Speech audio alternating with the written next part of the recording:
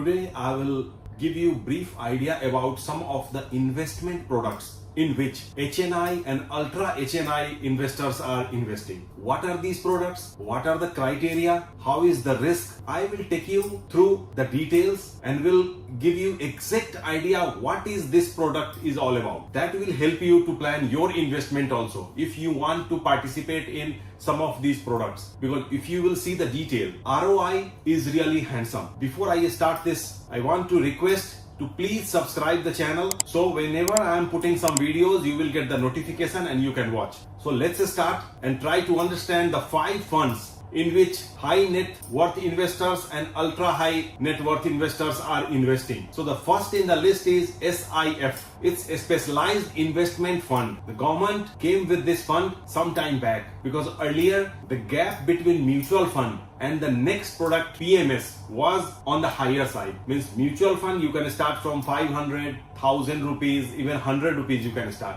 And the next product was PMS, in which the entry barrier was of 50 lakhs. So now this SIF had been introduced by SEBI, where with 10 lakhs you can start your investment and you can get many of the benefits same like PMS or AIF. So if we talk about SIF, minimum investment amount is 10 lakhs here. This fund operates in sophisticated manner. Here there is no capping for fund managers when it comes to minimum investment in one company or minimum investment in one sector. So these kind of criteria are in mutual fund, but in SIF it's all up to the fund manager. He can take a call and he can invest as per his market research. He can invest in equity, he can invest in different sectors. Actively he can allocate fund in the emerging sectors depending on the cycle of the sector. Fund manager also has option of debt and hybrid long and short. So depending on the situation he can take a call. And if I talk about the liquidity in SIF, this is also open end or interval fund. So depending which plan you are choosing, you can do the redemption as per your requirement. And generally you have to give notice of 15 days to AMC if you want to withdraw or redeem some of your funds from the SIF investment. That was the liquidity and redemption part. If I talk about the taxation, short-term capital gain is applicable, which is 20%. Long-term capital gain is applicable, which is 12.5%. So it all depends on your return filing and which category you are coming. So whatever excess gain you have, capital gain, you have to pay as per your slab. Now the second in the list is corporate bond. This is also one product where many HNIs and ultra HNIs are investing, because here you get an option of fixed income. You can generate a fixed income on monthly basis, quarterly basis, annual basis, depending on your choice. You can pick those bonds. If I talk about the type of bonds, you have a senior secured bonds, you have subordinate bonds, you have perpetual bonds. So depending on your fund availability and your vision or horizon of investment, you can pick which type of bond you want to take. If I talk about the minimum investment criteria here for the bonds, then the minimum criteria is of around 5 lakhs, but many bonds they also accept 1 lakh onwards. So whatever fund is available with you, you can see in multiple of that you can invest in bonds also, corporate bonds. If I talk about the expected return of bonds, then different bonds are there and the return varies from bond to bond, from 8% till 13.5. Some of the companies they are also providing of 14% of return on corporate bonds. Now the next point is risk level. This is very critical. You need to analyze and you need to see the rating of the bond, because this is very crucial, which you cannot ignore. Means if you are going for a higher ROIs, then definitely why they are paying you extra premium, because there is a little bit of risk. Means the rating, the credit rating of that bond is not on the higher side. Maybe it's moderate or little bit on the lower side. So you need to analyze about the company, what kind of business they are doing, how they are employed, their capital, what is their return and all those things before taking this risk. So even if you are taking risk, then you will have all information about the company. So as I say, all bonds come with the rating which starts from AAA, AAA plus, AAA minus, and it goes till B, C, D. So depending on the credit rating, they offer interest rate in the open market. If I talk about the liquidity, this is a time bond product. If you are investing for 3 years, means if you are investing in a corporate bond which is there for 3 years, then you have to stay for 3 years. But yeah, in between, if also you want want to liquidate it, then definitely maybe you need to pay a little bit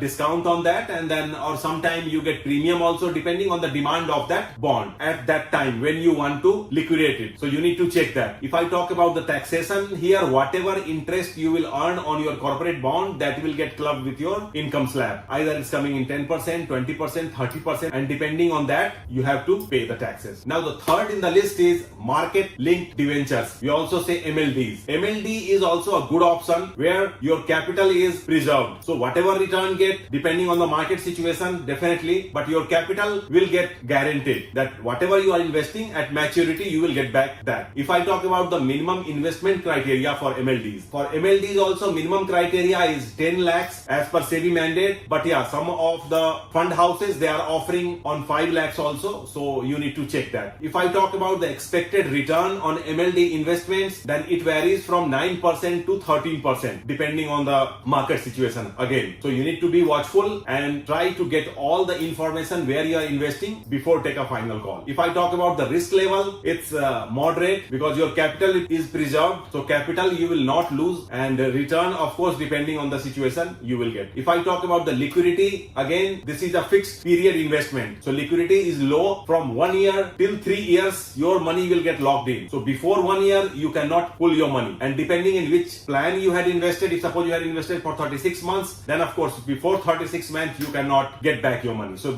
you have to keep in mind. If I talk about the taxation here also, again it all depends on the individual slab in which you are coming, and depending on that your tax liability will be defined. Now the fourth in the list is alternative investment fund, AIF. If I talk about the AIF, this is a kind of fund, it's a tailor kind of fund where the fund houses, they are creating a trust or LLP, or they are creating a company and then collecting all the investment from multiple individuals, HNIs and ultra HNIs, and after clubbing all the investment or all the funds, they invest in different category of AIF. Of course, where they will invest, they will give you all the details on that. In AIF also you have 3 categories. AIF 1, where mainly investment goes to startups, early stage ventures, social ventures or infrastructure related companies. If I talk about category 2, in category 2, whichever doesn't fall in 1 and 3, it comes in category 2. And if I talk about the category 3, mainly here you will see investing in hedge funds, long-term funds. They do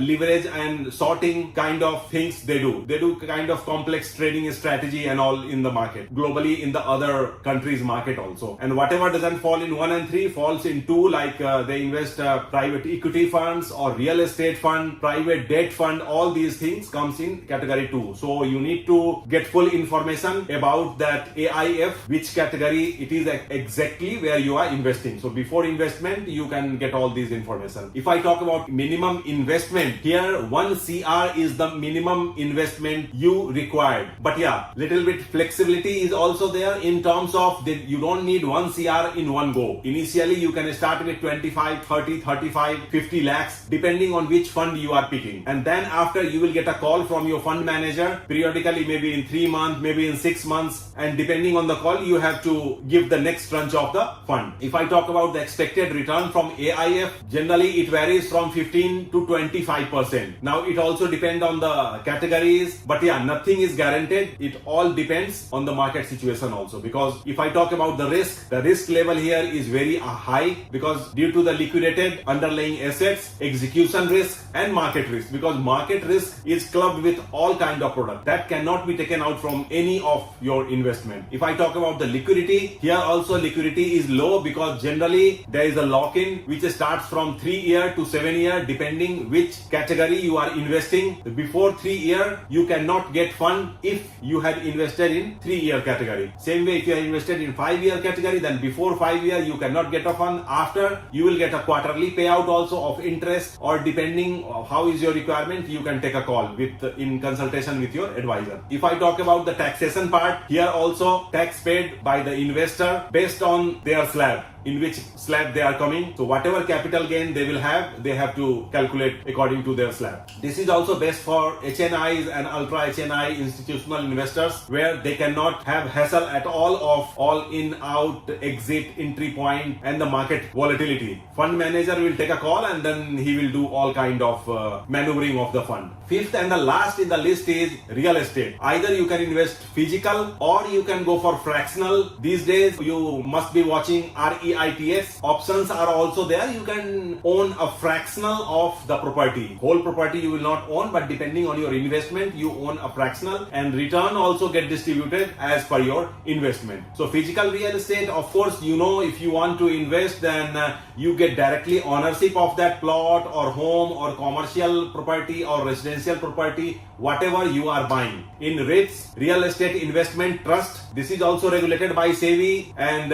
stock exchange listed trust, owning income generating commercial real estate property here, and whatever income is generated, based on that the valuation, the capital appreciation also happens of the property, and you will also get in same proportion. Of course, if I talk about the minimum investment, physical real estate, if you want to buy, then you need a heavy investment of like 2 crores depending on location, 2, 3, 4, 5, 6, 7, 8, 9, 10 CR, depending on the availability you can invest, and accordingly you can have return and other thing. The liquidity, if I talk about in physical real estate, liquidity is on the lower side, because if suppose you need fund, then it's not necessary that you can sell and get the money. You have to wait for the market. Same time, if I talk about REITs, then here the minimum investment you can start from 1,000, 5,000, 10,000, 20,000, depending on the availability of the property provider. You can check and you can invest, because here you have flexibility. For exiting also you have option. Anytime you can exit and somebody else will buy your piece of property. Return in proportion you will get. If I talk about the tax calculation and all, here also it's all depend on your slab in which you come, and then you have to pay the tax. In physical property holding, you get an option of fixed income also as a rental. So depending on the city in which your property is, from 2 to 3%, 4%, you can have a rental income on fixed basis also. Either it's a commercial or it's a residential, wherever you can have a thing. And capital appreciation also is there. Minimum 5 to 10% annual you can expect, and sometimes depend on the market situation, it can go even more than that. So this was the 5 products which HNIs and ultra HNIs are investing in. So all these products are well balanced, where you can invest and expect a handsome return. Yeah, market risk you cannot eliminate from any of these products, but yeah, definitely you can do your research, you can see, and you can take a call where you want to invest. For more educational and informative video, don't forget to subscribe the channel. Same time press the bell icon, so whenever I'm putting a new video, you will get notification. By the time I come with the next piece, stay safe, stay healthy. Thank you.